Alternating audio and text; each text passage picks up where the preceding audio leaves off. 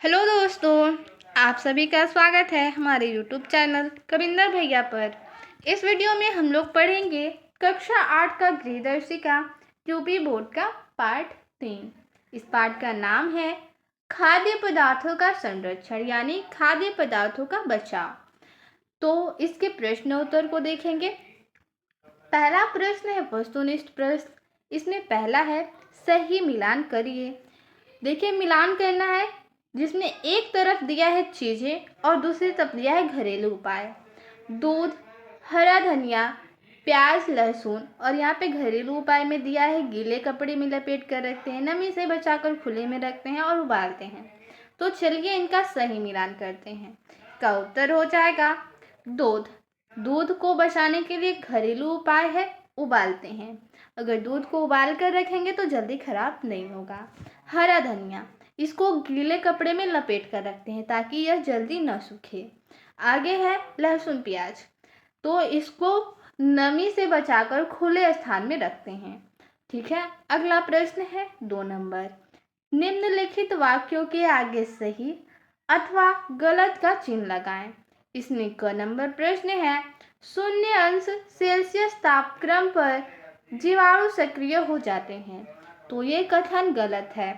0° तापमान पर जीवाणु सक्रिय नहीं होते हैं। आगे है ख नंबर प्रश्न। परिरक्षण विधि से मुरब्बा, जैम एवं जेली बनाकर सुरक्षित रखते हैं। ये कथन सही है। अगला प्रश्न है 2 नंबर अति लघु उत्तरीय प्रश्न। इसमें क है फ्यूमिगेशन विधि में किस चीज का प्रयोग करते हैं।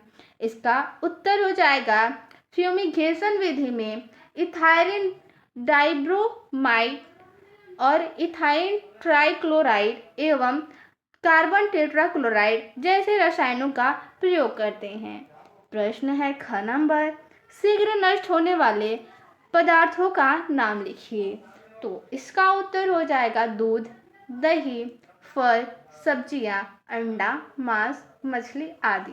ये सब जो पदार्थ है जल्दी नष्ट हो जाते हैं। ठीक है, जल्दी खराब हो जाते हैं। प्रश्न 3 है लघु उत्तरीय प्रश्न। इसमें क नंबर प्रश्न है घरेलू विधि में पदार्थों का संरक्षण कैसे करते हैं, यानी घरेलू विधि से पदार्थों को कैसे बचाते हैं। इस प्रश्न के उत्तर में ये लिखना है।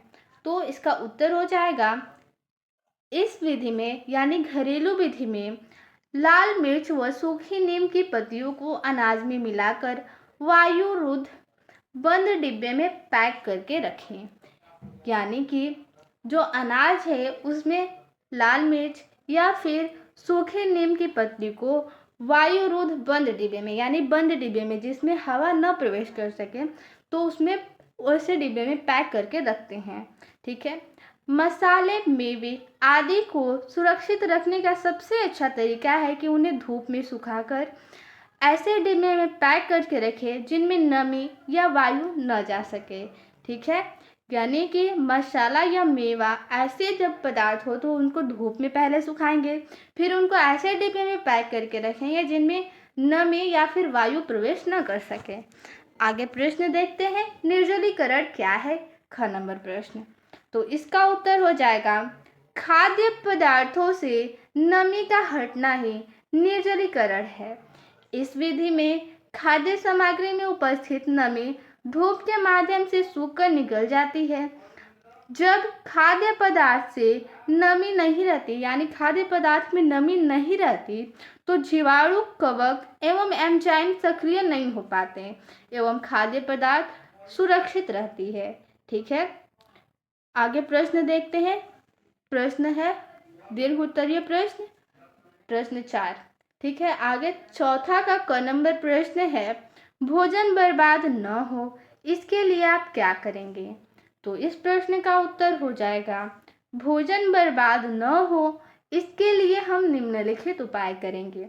तो चलिए देखते हैं। पहला उपाय है आवश्यकता के अनुसार ही भोजन पकाएं, यानी जितना खाना है उतना ही पकाएंगे, अधिक पकाएंगे तो भोजन की बर्बादी होगी। दूसरा उपाय है थाली में आवश्यकता से अधिक भोजन नहीं लेंगे, यानी कि जितना भोजन हम लोग को खाना है उतना ही थाली में परोसेंगे। तीसरा उपाय हो जाएगा यदि भोजन बच जाता है तो बचे हुए भोजन को गरीबों में बांट देंगे या फिर पशु पक्षियों को खिला देंगे। आगे प्रश्न है ख नंबर, खाद्य पदार्थों के संरक्षण के कारण एवं महत्व लिखिए।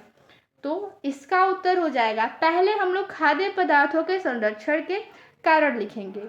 तो हेडिंग हो जाएगा खाद्य पदार्थों के संरक्षण के कारण।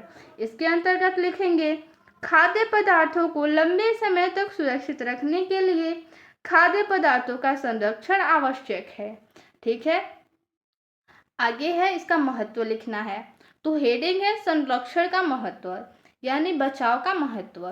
तो पहले में कारण लिखना था यानी बचाव क्यों जरूरी है, किस कारण, वो हम लोग देख लिए। अब देखेंगे संरक्षण का महत्व क्या है यानी बचाव का महत्व क्या है। इसका उत्तर हो जाएगा खाद्य पदार्थों के संरक्षण के निम्नलिखित महत्व है। पहला, खाद्य सामग्रियों को घुन, फफूंदी एवं अन्य कीटाणुओं से सुरक्षित रखना। दूसरा हो जाएगा पके हुए भोज्य पदार्थों को संरक्षित रखकर उनका दोबारा प्रयोग करने पर समय एवं ईंधन की बचत होना। ठीक है, आगे है 3 नंबर, तीसरा महत्व है आवश्यकता से अधिक पैदा होने वाले फल, सब्जी एवं अनाज को सुरक्षित रखना।